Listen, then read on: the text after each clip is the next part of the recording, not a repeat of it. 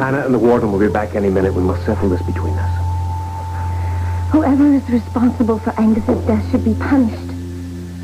Now, I'm sure that Jonathan has something to do with this. A punishment is no longer the issue here, Camellia. I think you've forgotten your Bible. Don't you believe in justice? You know what I'm recommending?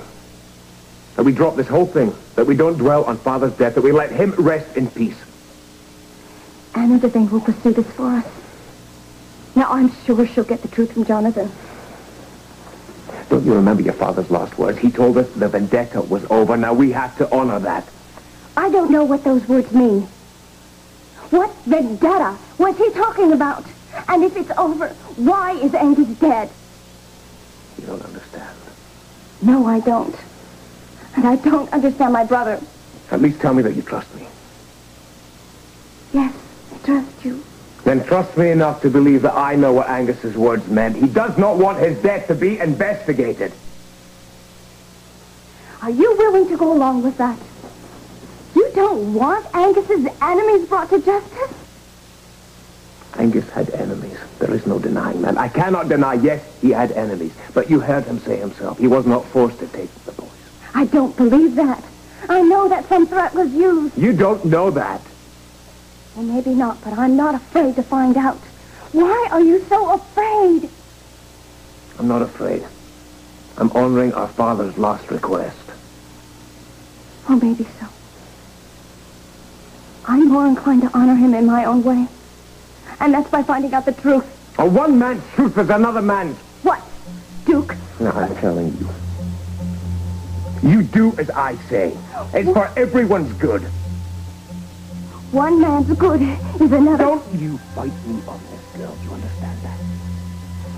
But what if somebody did threaten Angus?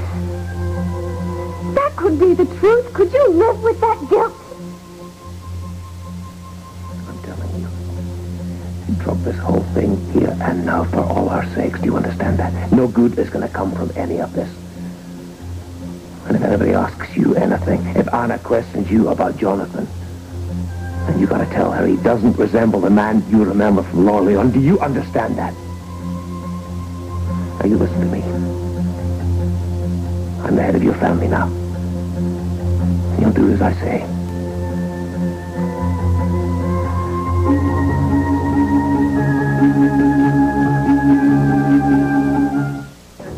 One of us better call Sister Mary Camellia later. Well, I can do it. I can do it lunchtime. Did you say which relative it was that died? No, she didn't. As a matter of fact, she didn't even want to discuss it.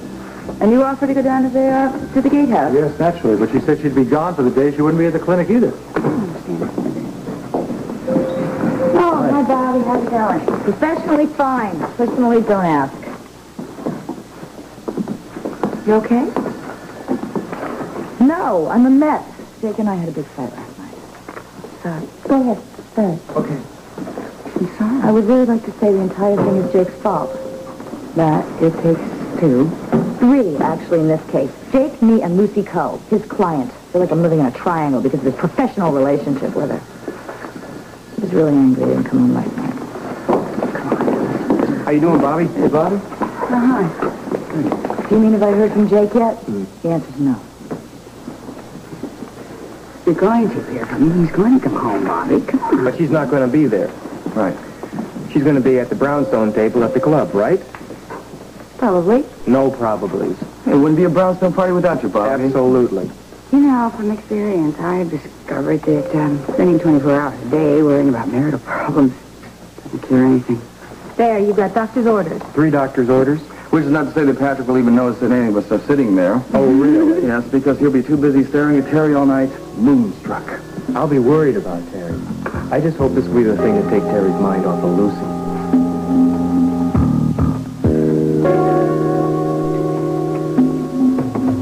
Why don't you just say it? Say what?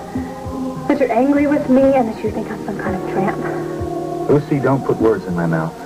And I think we'd be better off for the both of us if we just forgot about last night. Jake, you're blaming me for what happened last night, aren't you? Blaming you?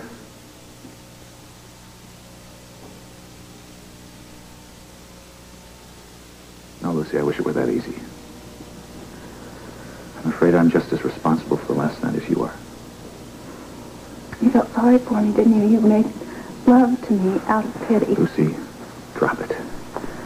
Oh, I will. I swear to you, I won't say a word about this to anybody.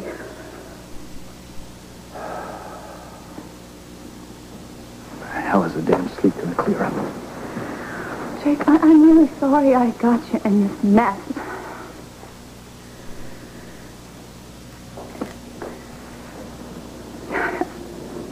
I need to ask you something.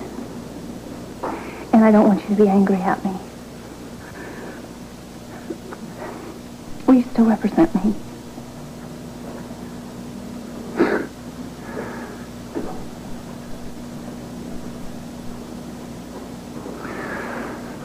Last night I told you I'd do anything I could to help you. I don't intend to go back on my word.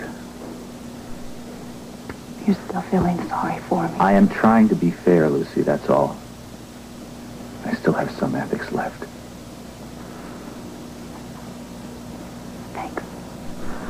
At least that gives me some hope. Don't mention it. Well, this is going to sound kind of strange. But would you mind if I gave you some advice?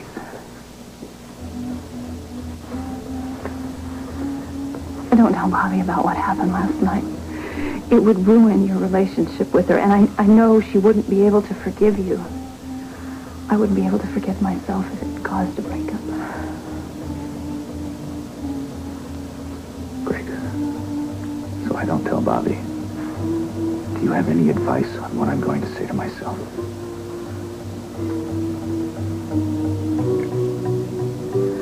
I don't know.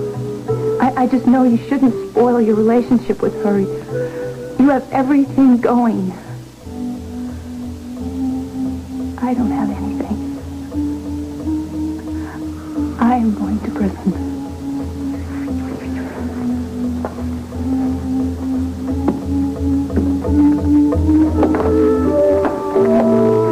I got nowhere with Jonathan or the orderly or the clerk. They all deny having seen Angus yesterday. There was just no shaking. No.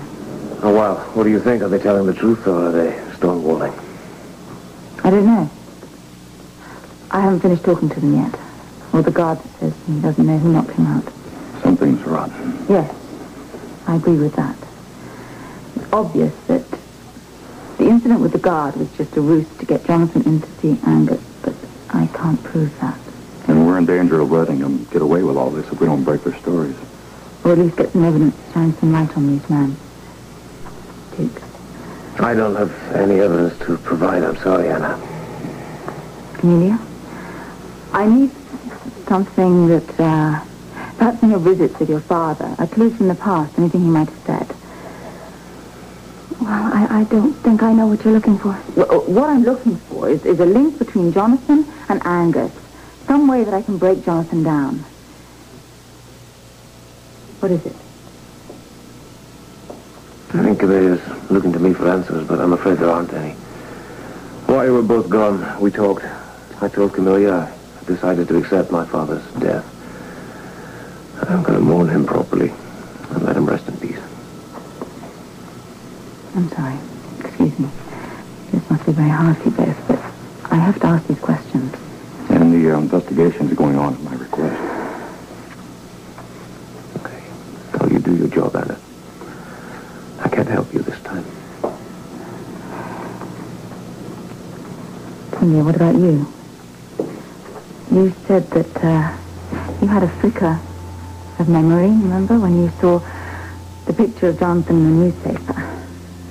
You said that maybe there was some link with Jonathan or even a look-alike to a night 4 years ago in Lorleans.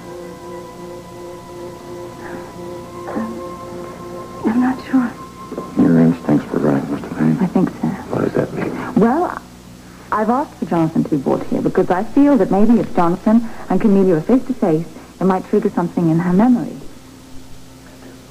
Jonathan is coming here to this office. Yes, I thought it would be a good idea. Come in. That's probably him.